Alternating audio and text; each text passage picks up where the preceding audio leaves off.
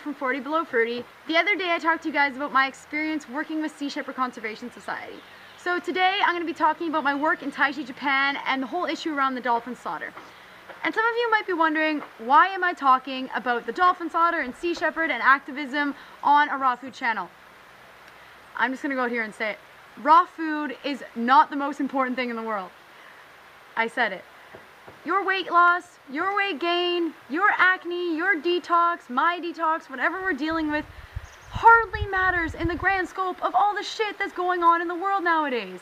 Now I know it seems really important that we haven't lost enough weight, or that we can't get organic food, or that the variety of fruit in the winter totally sucks, but believe it or not, there are things that are more important that are happening. Whoa, I know, pretty deep stuff. I see so many people obsessing over what they're going to eat or what they have eaten or what they're thinking about eating. And I think what people need to realize, myself included, you included, is that there are greater problems in the world right now that need to be addressed, need to be discussed, and need to be fixed. One of them is the dolphin slaughter in Taiji, Japan.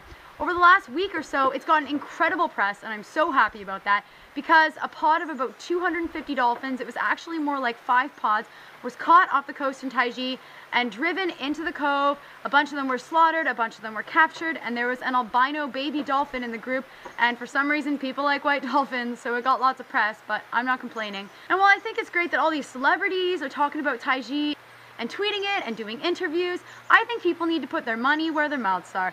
You're talking about ending the dolphin slaughter in Taiji and you're a celebrity, go to Taiji. What are you waiting for? You have the opportunity to get this out to millions of people. I just don't understand why more people don't move their asses. Anyways, that's enough about my rant. I want to talk about the work I've done in Taiji, Japan. So in December of 2009, I watched the movie The Cove. If you haven't seen it, go see it. Turn off this video right now and watch The Cove. I knew after watching it that I had to do something. I felt my heart rip out when I watched that movie. It just changed everything for me. And I knew that my life would be dedicated forever to the dolphins and to seeing the slaughter gone, ended, done. So September of 2010, I kept this idea in my mind all year that I had to do something about the dolphin slaughter. But life kind of got in the way, and then September 1st, Paul Watson posted a call to action on the Sea Shepherd Conservation Society website, which is www.seashepherd.org. I saw that post and I just knew. I went, this is my chance. I have to do something right now. I just started a job. I went, fuck the job. I'm quitting. I'm going to start fundraising. I quit the job and I started fundraising right away. I did a silent auction. I collected bottles and cans. I started a fundraising campaign online and I went door to door. In 2 months, I was able to raise $4,000 for both myself and Ryan to go to Taiji, Japan. Within a couple of days of arriving in Taiji, they caught the largest pod that we had seen to date, and it was over 200 dolphins, and it was gut-wrenching. It was disgusting. At that point, I mean, I'm sorry, I'm going to be talking about some graphic things, but I think everybody really needs to hear it. They used to have a gutting barge where they'd slice and chop up all the dolphins and just be surrounded by their blood, and the dolphin killers were sitting there eating lunch and laughing with one another. So when everyone talks about this being culture, first off, my parents are older than the dolphin slaughter culture in Japan. So we're going to talk about culture. Culture is something that is hundreds of years old. And even so, when we have a culture that isn't benefiting our world and is cruel and inhumane and disgusting, we change it. So I stayed there for a couple weeks my first time, and I'm going to show you guys a couple clips of what that was like.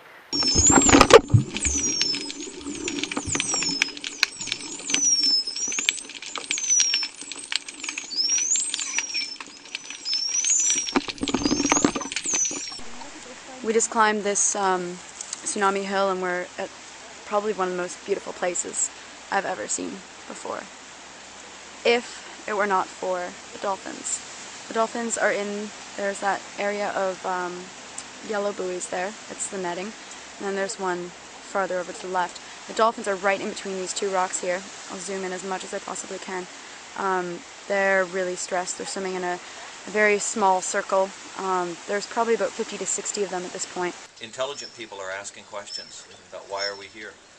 And just this weekend we had a university student travel down from Tokyo. He'd seen us in the media. Well, yes, when I first got here I thought this place was beautiful. Now I see it as very, very ugly, which is a shame because aesthetically it is a very pretty place. But I have seen so much ugliness here. Dude, look at them freaking out. There's definitely babies. 100%. Yeah. We got a pot of dolphins being driven into. Their beak nose. Their beak nose? Yeah, their And there's a ton of babies. There's a ton of babies in the pod. Dad. We have good shots of the babies? Well, I can't really... It's hard to... It's so hard because the parents are trying to shove them down. You know what I mean? Yeah. Oh my god. They're... Oh. Jesus. That is sick. Oh. They just pulled the dolphins from the barge. They're dragging them. Yeah, I think we got pretty much the last of the dolphins there. Just got dragged off the killing barge by the boat. I came back from Taiji a completely changed person. I knew nothing was ever going to be the same again, and my whole world started to revolve around the dolphin slaughter. I knew that was my purpose. That was my reason for being here on this planet. And I knew after that I went back to work. I tried to focus, but it was so hard because all I wanted to do was head back to Taiji. So I quit my job again. I started another fundraising campaign, and I had just enough money to scrape by to get me to Taiji. So I arrived in Taiji, Japan on March 1st, and the slaughter had just ended. So we were kind of wondering what to do at that point. I was with Scott West, who was the leader there in Taiji at the time, and we decided that we were going to head up to Atsuchi, Japan, which is in northern Japan, Iwate Prefecture, to document the doll's purpose slaughter. It's just a different kind of dolphin.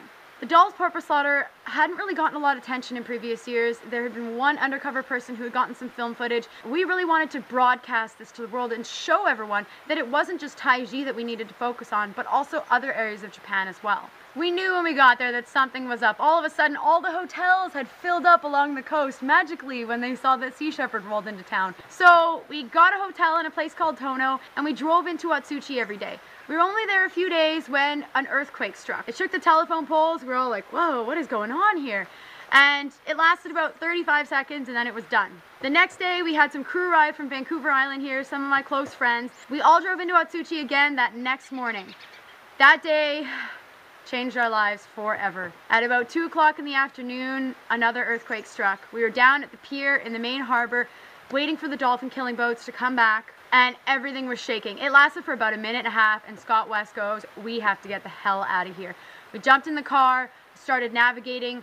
We saw people driving back towards the water, so no one really knew how serious it was going to be. We never did end up getting footage of the doll's purpose slaughter because that day a tsunami came in and crushed the entire town and killed practically everybody.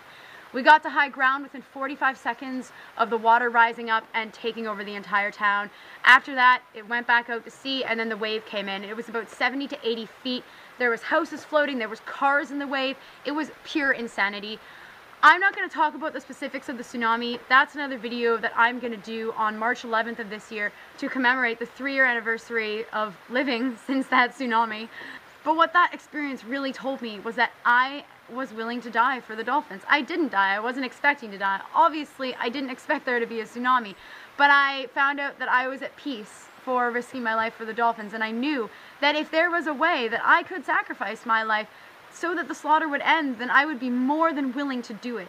And that brought me a lot of peace inside because I realized that I really am in this for the long haul. That next September, I went back to Taiji again. I was only able to stay for a week. I fundraised for 3 months. I had a bamboo trailer on the back of my bicycle, and I rode around town collecting bottles and cans from people's houses, and I collected $3,000 worth of bottles and cans. So an average day in Taiji looks like this. You wake up at about 5:30, we head down to the harbor, we wait to see what the weather is like. We always check the weather before we leave the hotel. We go to the FU, which is the Fishermen's Union, which is where all the dolphin killers gather in the morning. They have their fire, they're trying to figure out if they're going out for the day. We set up our film and cameras on the good vantage points so that we can see them leaving the harbor, and then we wait. We wait to see if they have dolphins, and we hope to God that they do not have dolphins, but if they catch the dolphins, we start tweeting, we start live streaming, we start telling the world that they are driving dolphins in. We put out a call so that people will call the embassies, call the Japanese consulates, so that we can finally end this, and that the town of Taiji can realize nobody wants this slaughter to continue and it can't go on any longer. Then we film what happens. At the beginning, it used to be that we'd film them driving the dolphins in. They would stay in the cove overnight. The next morning, the trainers would come in to pick the prettiest dolphins to take to put in captivity, and then they'd slaughter the rest. They'd take them out to a gutting barge where they'd chop them all up, and it would be bloody and disgusting, and then they'd transfer the dead dolphins all the way back to the harbor again. It changes periodically, but this is the same kind of thing. I mean, they try to cover the blood with tarps. They say that this is a proud culture. This is something they're proud of. Proud cultures don't cover everything in tarps so that nobody can see it and try to pretend that it's not happening. Proud cultures don't hide when they know what they're doing is wrong. It's an exhausting campaign, and it's aptly named Operation Infinite Patience because that's truly what it requires. It could be years before we see the end of the dolphin slaughter, but I know that we're going to, because this is getting more press, it's getting out in the media, and nobody wants it to continue. The Prime Minister of Japan recently wrote a letter asking for the dolphin slaughter to stop, urging that it must stop. This is huge, huge progress that we're making, and I know that one day we're going to see the end of this slaughter. I'm going to start an Indiegogo or a Kickstarter campaign soon to head back to Taiji, Japan. I'm going to go back there for a month to 2 months this coming fall. So maybe you guys can tell me which is better, Indiegogo or Kickstarter, and if you'd be willing to contribute to my campaign. I will have different prizes available for people who donate a certain amount. When you contribute, you will get something back, but I just want to know what you guys would want to see from me, and if you'd be willing to help out. I really believe in this cause, and I know a lot of you do too. And if you're interested in going to Taiji and being a Cove Guardian, go to seashepherd.org, apply to be a Cove Guardian. It is an expensive campaign, no doubt. I've easily spent $15,000 on going to Taiji, but it is so worthwhile, and it is the best way you could spend your money. I'm going to show you guys when I go back to Taiji this fall what it's like to be raw there. Because yes, there's a lot of stress, and it's not an optimal lifestyle, but it is very easy to maintain a raw vegan diet in Taiji, which is fantastic for those of us who care just as much about our health as we do about activism. So if you guys like this video, press the like button down below and subscribe to my channel, and I will see you guys tomorrow.